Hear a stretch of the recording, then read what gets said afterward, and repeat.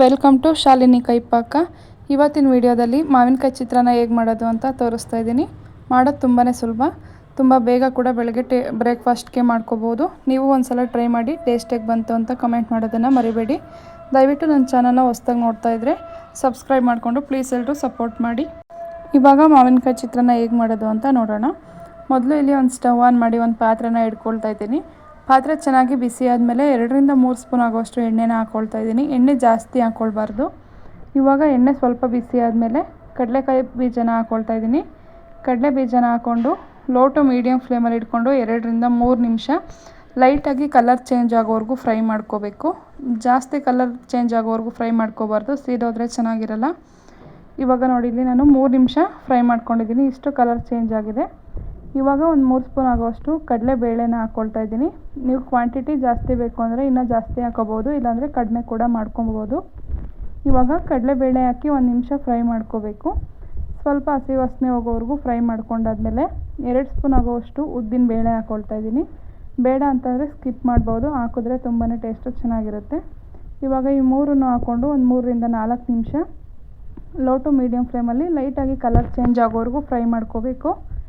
ಇವಾಗ ಇದಿಷ್ಟು ಒಗ್ಗರಣೆಯಲ್ಲಿ ಚೆನ್ನಾಗಿ ಫ್ರೈ ಆದಮೇಲೆ 5ರಿಂದ 6 ಹಸಿಮೆಣಸಿನ್ಕಾಯಿನ ಹಾಕ್ಕೊಳ್ತಾ ಇದ್ದೀನಿ. ಖಾರ ನೋಡಿ ಹಾಕ್ಕೊಳ್ಳಿ. ಖಾರಕ್ಕೆ ತಕ್ಕಷ್ಟು ಹಸಿಮೆಣಸಿನ್ಕಾಯಿನ ಹಾಕ್ಕೊಂಡು ಒಂದು 2ರಿಂದ 3 ಕಡ್ಡಿ ಆಗುವಷ್ಟು ಕರಿಬೇವಿನ ಎಲೆನ ಹಾಕ್ಕೊಳ್ತಾ ಇದ್ದೀನಿ.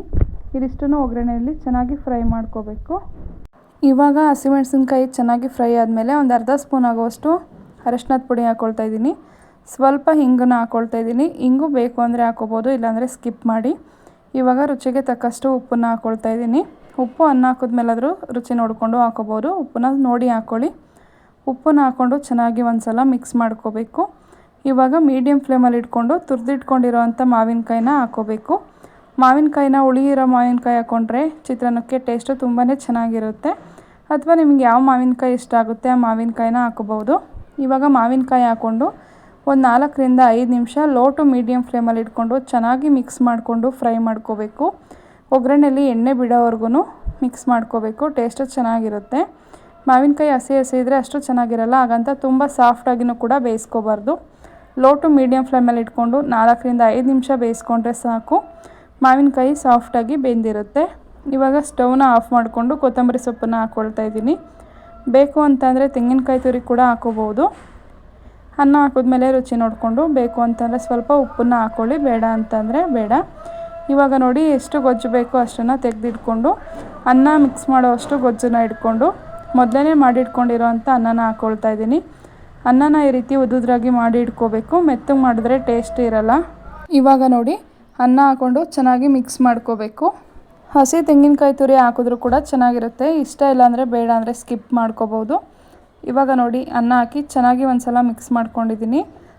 ಚಿತ್ರಾನ್ನ ಅಂತೂ ತುಂಬಾ ಚೆನ್ನಾಗಿ ಬಂದಿದೆ. ಉದುದ್ರಾಗಿ ತುಂಬಾ ಟೇಸ್ಟಿಯಾಗಿ ಬಂದಿದೆ.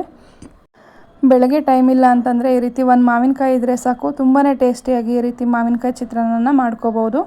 ನೋಡಿ, ಸರ್ವ್ ಮಾಡಿ ತೋರಿಸ್ತಾ ಇದ್ದೀನಿ. ನೋಡಿದ್ರಲ್ವ ಮಾವಿನಕಾಯಿ ಚಿತ್ರಾನ್ನ ಹೇಗೆ ಮಾಡೋದು ಅಂತ. ಮಾಡೋದು ಕೂಡ ತುಂಬಾ ಸುಲಭ. ನೀವು ಒಂದು ಸಲ ಟ್ರೈ ಮಾಡಿ. ದಯವಿಟ್ಟು ನನ್ನ ಚಾನಲ್ನ ಹೊಸ್ದಾಗಿ ನೋಡ್ತಾ ಇದ್ದರೆ ಸಬ್ಸ್ಕ್ರೈಬ್ ಮಾಡಿಕೊಂಡು ಸಪೋರ್ಟ್ ಮಾಡೋದನ್ನು ಮರಿಬೇಡಿ. ವಿಡಿಯೋ ಇಷ್ಟ ಆಗಿದ್ದರೆ ನಿಮ್ಮ ಫ್ರೆಂಡ್ಸ್ ಫ್ಯಾಮಿಲಿ ಜೊತೆ ಶೇರ್ ಮಾಡಿ. Thank you for watching.